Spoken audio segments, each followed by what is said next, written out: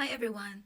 So nalang day ko i-share no. So kahapon, naghatod ko sa airport sa akong boyfriend. And so pag wala siyang gihatod dito karyot and then balik lang ko dayon. So kay ang car among gipark dito sa naay gasoline station kay naay ni pick up kay may paayo. So dito lang na magbilin. Tapos nadumi sa airport. So kala ko lang ipingang sa airport kay Dol naman sad.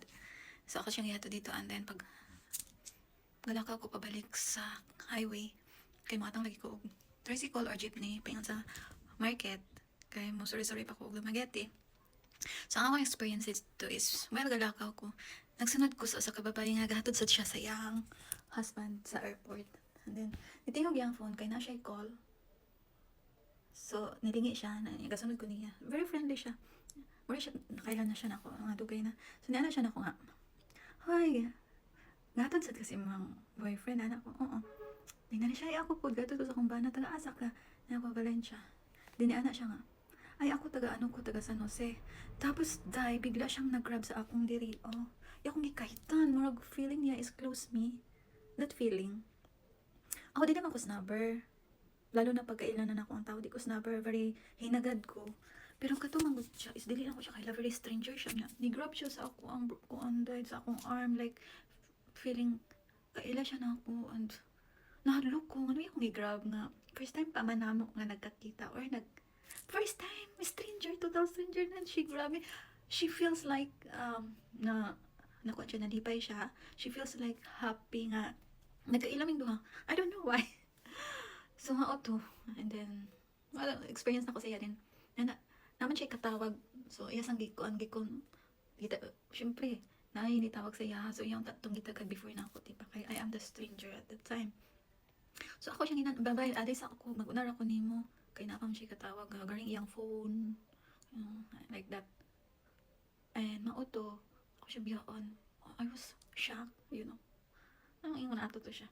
And then after that, I know. So taas-taas na itong kwento. Pero ato ni i-fast forward. So galak ako, so pag abot na ako dito sa airport, sa gawas na sa airport kay so naay mga nag-atang dito nga mga driver sa mga tricycle. Iya kong pugson nagpasakay, nguta na siya, asa ka, anak ko mo aning lugar, ni siya 300, niya ko, dili ko mabayad og 300, musakay ra kog jeep dira or tricycle paingon sa Changi, 15 pesos ra, then, syempre dili ta magpaskam, uy, taga diri ta, 250 na lang, diri-diretso ni ko, dili ka mo, sorry, pakutang, alukad tayo, kaya man ko anang gisunod, dalagan ko, uy, nidalagan ko, nilabang og kalsada sa highway, may, kung ano mamugos sila, no? Ay mo pamugos, so dili kanit ninyo ganahan ang tawa, ay pamugos. Saan ni uban? Uy, pamugos man ni sila, no? So mga ato, dalagan ko, magkani kayo kaligsi. Ay, then, mga ato, nisakay kong jeepney, paingon, hunong dito sa Cusca Dapita or sa Holy Child ba to? 15 pesos ra ang pretty. Niya siya, iyakong pangayuan og 300, way, no way. Oy, dili ni maawat, oy. And, so mga ato, lagi kong chunky ni palit kong sundang.